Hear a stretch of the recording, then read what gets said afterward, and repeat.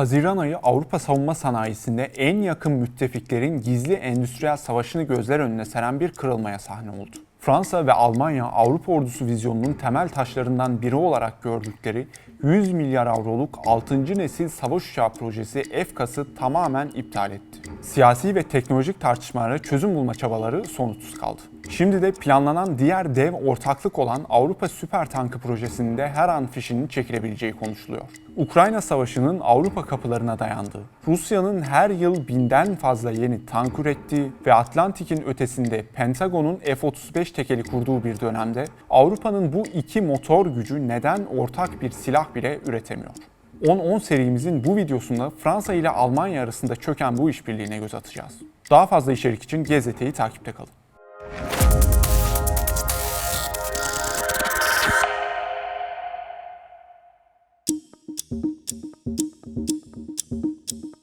FCAS yani Future Combat Air System, Türkçesiyle geleceğin hava muharebe sistemi, sadece radardan kaçabilen fütüristik bir yeni nesil savaş uçağı projesi değildi.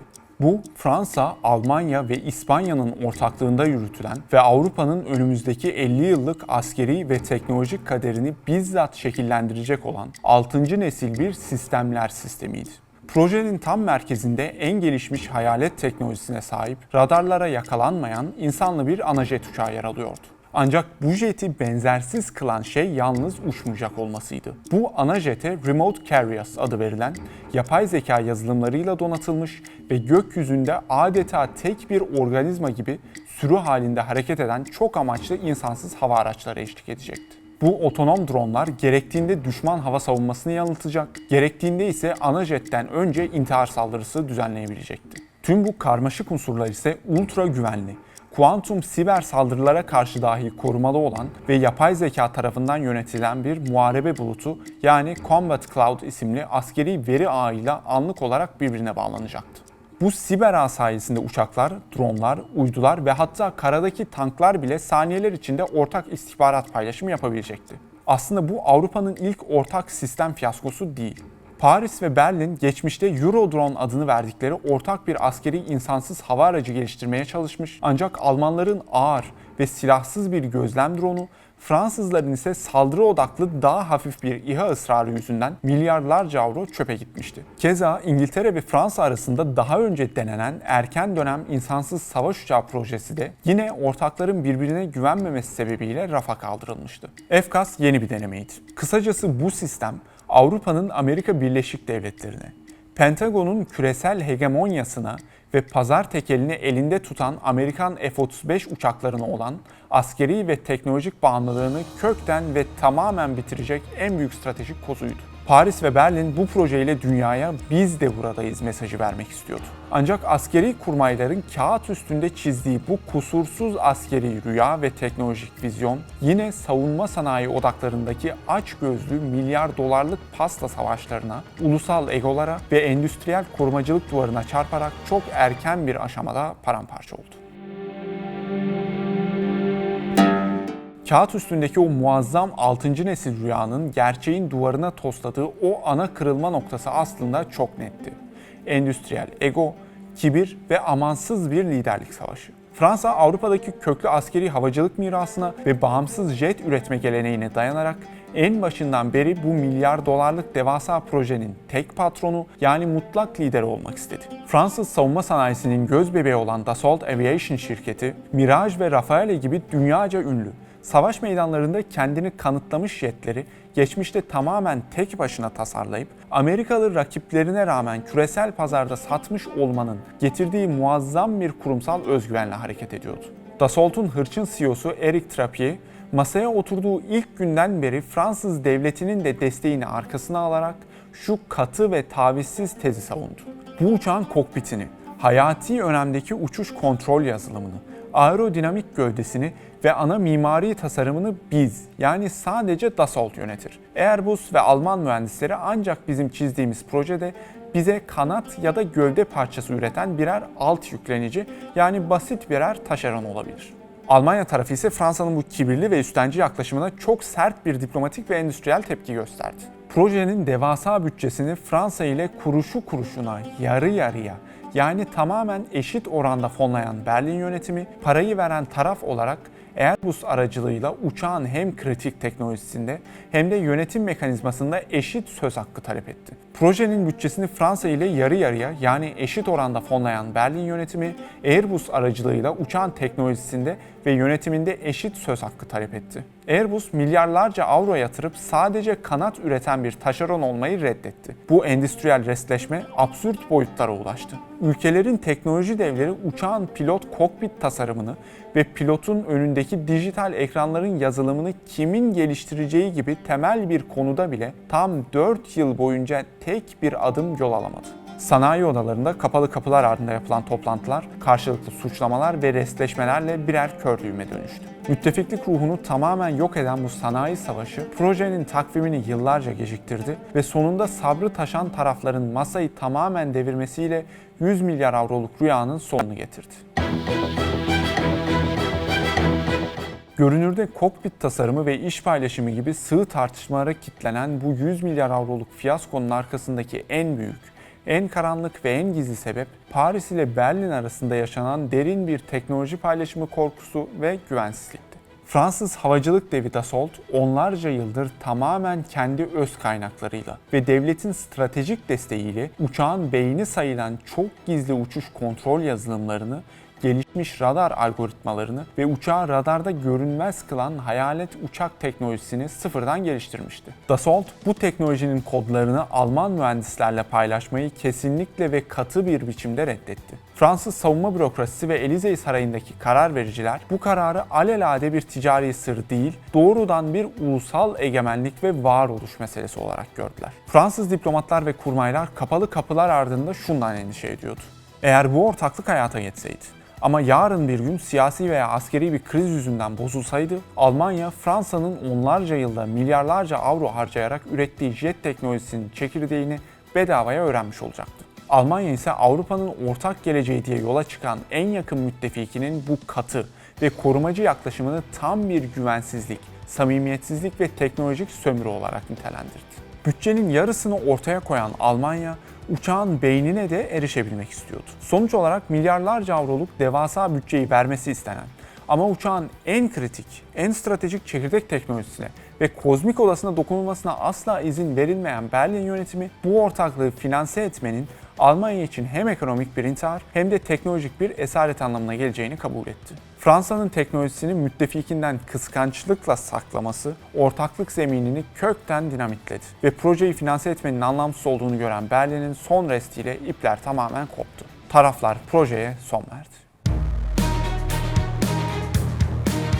Sorun sadece savunma şirketlerinin milyar dolarlık ticari çıkarları ya da yazılım kodları değildi. İki ülkenin askeri doktrinleri, güvenlik felsefeleri ve jeopolitik ihtiyaçları tabandan tavana tamamen zıttı. Fransa, Birleşmiş Milletler Güvenlik Konseyi daimi üyesi olan küresel bir nükleer güçtür ve deniz aşırı operasyon kabiliyetine hayati bir önem verir. Bu yüzden Paris yönetimi üretilecek jetin kendi ulusal nükleer füzelerini havadan fırlatabilmesini ve Fransız donanmasının nükleer uçak gemilerinden dikey veya yatay kalkış yapabilecek şekilde tasarlanmasını ilk günden şart koştu. Öte yandan Almanya'nın ne bir nükleer silah ne de dünya denizlerinde gezdireceği bir uçak gemisi var. Alman Hava Kuvvetleri sadece Avrupa kıtasını ve NATO sınırlarını savunacak, radara yakalanmayan, uzun menzilli ama olabildiğince hafif, yüksek irtifada hava muharebesi yapabilecek konvansiyonel ve çevik bir jet istiyordu. İki müttefik birbirine tamamen zıt ve mühendislik olarak bir arada bulunması imkansız bu iki askeri ihtiyacı tek bir uçak gövdesinde birleştirmeyi başaramadı.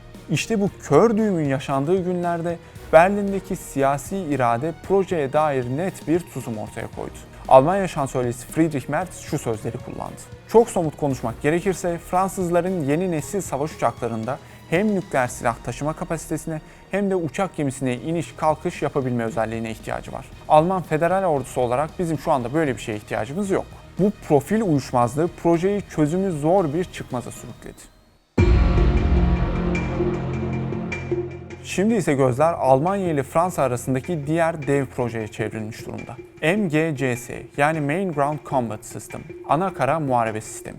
2017 yılında tıpkı uçak projesi gibi dönemin liderleri Angela Merkel ve Emmanuel Macron tarafından başlatılan bu ortaklığın temel amacı, dünyanın en iyi tanklarından biri olarak kabul edilen Alman Leopard 2 ile Fransız ordusunun ana muharebe tankı Leclerc'i emekli etmekti. Ancak askeri planlamacılar en başından beri netti. MGCS sıradan tek bir zırhlı araç tasarlama projesi değildi. Bu 2040'lı yıllardan itibaren Avrupa kara ordularının omurgasını oluşturacak çok platformlu bir muharebe ekosistemiydi. Sistemin merkezinde insanlı bir ağır zırhlı komuta tankı yer alırken ona yapay zeka ile donatılmış insansız kara araçları, entegre keşif dronları, drone savar hava savunma sistemleri ve yapay zeka destekli bir askeri veri ağı eşlik edecekti. Bu vizyon için Nisan 2025'te Almanya'nın Köln kentinde MGCS Project Company adıyla resmi bir ortak girişim şirketi kuruldu. Bu şirketin hisseleri Alman savunma sanayisinin devleri Rheinmetall ve KNDS Deutschland ile